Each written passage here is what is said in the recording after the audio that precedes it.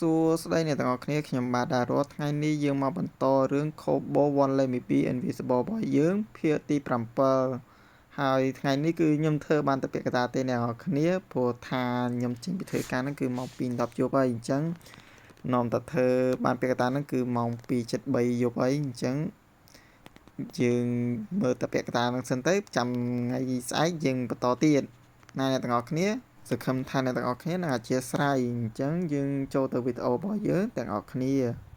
ាសាច់រឿងនៅក្នុងភាគទី7នេះចាប់ផ្ដើមឡើងជាមួយនឹងតួប្រុសរបស់យើងកំពុងតែដើរនៅក្នុងសាលារៀនពេលនោះតួប្រុសរបស់យើងក៏បានគិតនៅក្នុងចិត្តដែរថាថ្ងៃនេះគេពិតជាសប្បាយចិត្តខ្លាំងណាស់ដែលរូបគេហ្នឹងគឺធ្វើបានល្អនៅក្នុងការប្រឡងនៅពេលនោះផងដែរតួស្រីរបស់យើងក៏បានបង្ហាញខ្លួនមកធ្វើឲ្យតួប្រុសរបស់យើងក៏រៀងភ្ញាក់ផ្អើលផងដែរនៅពេលនោះតួស្រីរបស់យើងក៏បានសួរទៅកាន់តួប្រុសតើលោកនឹងមានរឿងអ្វីកើតឡើងមែនទេស៊ីរ៉ាជីហើយតួប្រុសរបស់យើងក៏បានឆ្លើយវិញដែរថាគឺគេមិនអីនោះទេតែគេចង់អរគុណទៅកាន់តួស្រីដែលបានបរៀនគេនៅថ្ងៃមុនធ្វើឲ្យគេប្រឡងបានល្អនៅថ្ងៃនេះតែត្រូវបានតួស្រីថាគឺមិនអីទេតើពួកយើងគឺទៅរៀនបន្តទៀតតែឬទេតែតួប្រុសរបស់យើងក៏បានបដិសេធថាគេគឺទៅ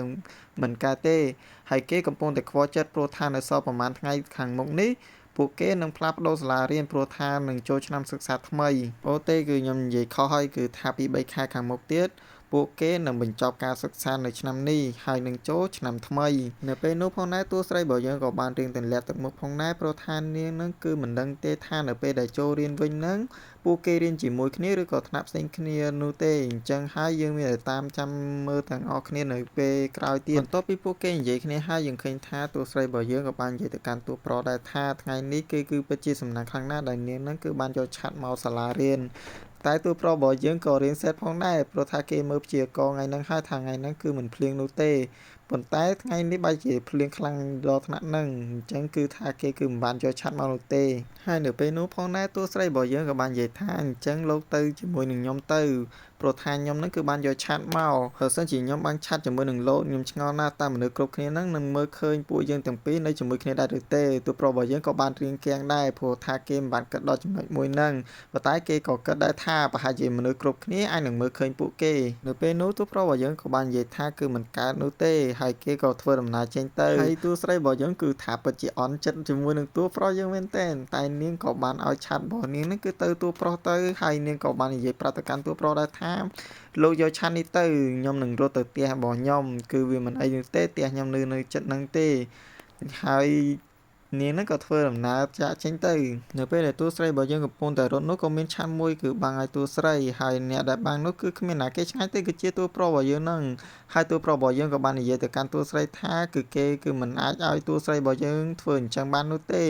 េហើយពួកគេក៏បានធ្វើដំណើរទៅផ្ទះជាមួយនឹងគ្នាទៅនៅពេលដែលកំពុងតែធ្វើដំណើរនោះតួស្រីរបស់យើងក៏បាននិយាយទៅកាន់តួប្រុសថានៅពេលដែលយើងបាញ់ឆាត់ជាមួយនឹងគ្នាអញ្ចឹងគឺថាដូចជាគូស្នេហ៍មួយគូកំពុងតែដើរជាមួយនឹងគ្នានៅក្រោមដំណក់ទឹកភ្លៀងអញ្ចឹងហើយតួប្រុសរបស់យើងហ្នឹងគាត់ទៅលើបែបហ្នឹងហើយគឺថាគៀងអ៊ីម៉ូជីហ្មងអីគេគឺជាគូស្នេហ៍មួយគូដែលដើរក្រោមដំណក់ទឹកភ្លៀងមែនទេអូចាប់បាត់ហើយគឺថាគៀងអ៊ីម៉ូជីប្រោយនៅពេលនិយាយគ្នាហើយអ្នកទាំងពីរក៏បានធ្វើដំណើរដល់ផ្លូវបំបែកគឺថាតួប្រុសរបស់យើងក៏បានសួរទៅកាន់តួស្រីថាគួរទៅផ្លូវឆ្វេងឬក៏ទៅផ្លូវស្ដាំតួស្រីរបស់យើងក៏បានឆ្លើយវិញថាគឺទៅផ្លូវស្ដាំទៅព្រោះថាផ្លូវនោះគឺជាផ្លូវថ្មើរជើងមិនមានរថយន្តឆ្លងកាត់នោះទេអញ្ចឹងវាធ្វើឲ្យពួកយើងងាយស្រួលក្នុងការធ្វើដំណើរទៅផ្ទះវិញហើយយើងឃើញថាអ្នកទាំងពីរក៏បានធ្វើដំណើរតាមផ្លូវស្ដាំនោះទៅហើយអ្នកទាំងពីរធ្វើដំណើរហ្នឹងក៏មិនបានយូរប៉ុន្មានក៏ដល់ភ្លើងស្តុបមួយកន្លែងនៅពេលនោះតួស្រីរបស់យើងក៏បាននិយាយទៅកាន់តួប្រុសផងដែរថានៅពេលនេះពួកយើងគឺចិត្តទៅដល់ផ្ទះហើយពេលនោះពួកគេក៏បានឆ្លងភ្លើងស្តុបនោះទៅតែរឿងដែលសំខាន់គឺថាបងស្រីរបស់តួស្រីយើងហ្នឹងគឺបានឃើញពួកគេកំពុងតែកាន់ឆាតដើរឆ្លងផ្លូវជាមួយនឹងគ្នាតាមមកខាងអ្នកទាំងពីរនេះវិញនៅពេលនេះគឺថាអ្នកទាំងពីរហ្នឹងគឺដើរមកដល់ផ្ទះតួប្រុសរបស់យើងហើយនៅពេលនោះតួប្រុសរបស់យើងក៏បានប្រកល់ឆាតទៅឲ្យតួស្រីវិញហើយក៏បានអរគុណទៅកាន់តួស្រីហើយតួស្រីថាគឺមិនអីនោះទេហើយនឹងជួបគ្នានៅថ្ងៃក្រោយក៏បានធ្វើដំណើរចូលទៅផ្ទះបាត់ទៅនៅពេលដែលតួប្រុសរបស់យើងចូលមកដល់ក្នុងផ្ទះយើងឃើញថាម៉ាក់របស់គេហ្នឹងគឺកំពុងរងចាំគេនៅក្នុងផ្ទះហើយក៏បានសួរសុខទុក្ខទៅកាន់តួប្រុសដែរត្រូវបានតួប្រុសរបស់យើងគឺឆ្លើយទៅវិញថាគឺគេមិនអីនោះទេហើយតួប្រុសរបស់យើងក៏បានធ្វើដំណើរទៅបន្ទប់របស់គេបាត់ទ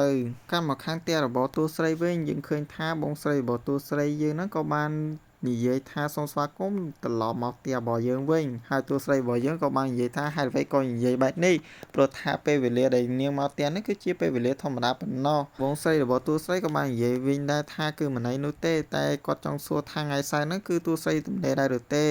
ព្រោះថាសាគីនេះគឺចង់ដើរលេងម្ដងទៀតហើយតួស្រីរបស់យើងក៏បានឆ្លើយវិញថាគឺនេះទំនេរអូបើសិនជាអញ្ចឹងថ្ងៃសៅរ៍នេះពួកយើងចង់ដើរលេងជាមួយនឹងគ្នាហើយសាច់រឿងរបស់យើងក៏បានបង្វែរនៅថ្ងៃស្អែកឡើយយើងឃើញថាសាគីកំពុងតែចេញមកពីម៉ាតដែលកំពុងតែទិញអី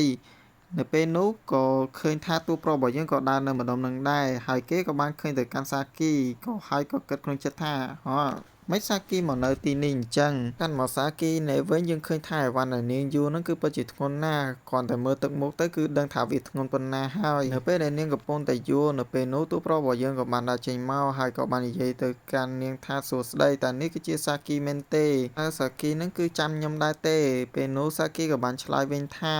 អូតែនេះគឺជាជីរ៉ាយឈីមែនទេនៅពេលនោះតួប្រុសរបស់យើងក៏បានឆ្លើយវិញដែរថានឹងហើយគឺជារូបគេហើយនៅពេលនោះតួប្រុសរបស់យើងក៏បានគិតក្នុងចិត្តថាអីវ៉ាន់ទាំងអស់នេះពិតជាច្រើនណាស់បើបដូរជាប្អូនគេវិញច្បាស់ណាស់វានឹងនិយាយថាម៉ាអើយជួយខ្ញុំផងអីវ៉ាន់ធ្ងន់ណាស់ងាប់ខ្ញុំឥឡូវអីម៉ាអើយតែនៅពេលនោះសាគីក៏បាននិយាយថាខ្ញុំទទួលស្គាល់ថាអីវ៉ាន់ទាំងអស់នេះវាពិតជាធ្ងន់តែខ្ញុំធ្វើបែបនេះដើម្បីនៅពេលដែលខ្ញុំត្រឡប់ទៅផ្ទះវិញចង់ឲ្យតួស្រីរបស់យើងនឹងគឺសរសើរទៅកាន់នាងនៅពេលនោះផងដែរតួប្រុសរបស់យើងក៏បានឃើញដៃសាគីនឹងគឺជួមបាត់ទៅហើយគេក៏បាននិយាយទៅកាន់សាគីថាអញ្ចឹងបងអាចជួយលើកអីវ៉ាន់ផនសាគីនឹងបានដែរឬទេមិនអីទេនៅពេលទៅដល់ផ្ទះរបស់តួស្រីគេនឹងឲ្យអីវ៉ាន់ហ្នឹងទៅសាគីវិញដើម្បីឲ្យតួស្រីរបស់យើងនឹងគឺសរសើរទៅកាន់សាគីថាសាគីនឹងគឺជាមនុស្សស្រីរឹងមាំដែលអាចយកអីវ៉ាន់ធ្ងន់ៗមកពីកន្លែងឆ្ងាយបានដោយឃើញបែបនេះសាគីក៏បានបកគោអីវ៉ាន់ទាំងអស់នោះមកឲ្យតួប្រុសយើងកាន់នៅពេលដែលតួប្រុសយើងកាន់ហើយក៏បានដឹងពីទម្ងន់របស់អីវ៉ាន់ទាំងអស់នោះគឺវាពិតជាធ្ងន់មែនព្រោះថាវាមានលេខទឹកក្រូចនិងអីវ៉ាន់មួយចំនួនដែលមានសភាពធ្ងន់ផងដែរអូខេអ្នកទាំងអស់ខ្ញុំសូមបញ្ចប់សាច់រឿងធំនឹងសិនគឺថាចាំជួបគ្នានៅថ្ងៃស្អែកព្រោះថានៅពេលនេះគឺម៉ោង2:43នាទីយប់ហើយគឺខ្ញុំអស់កម្លាំងមែនតើហើយព្រោះថាចេញធ្វើការម៉ោង2:10យប់ហើយមកសម្រាប់រឿងតទៀតអញ្ចឹងហើយខ្ញុំធ្វើតាមសមត្ថភាពដែលខ្ញុំអាចធ្វើបានអញ្ចឹងជួបគ្នានៅថ្ងៃស្អែកបាយបាយ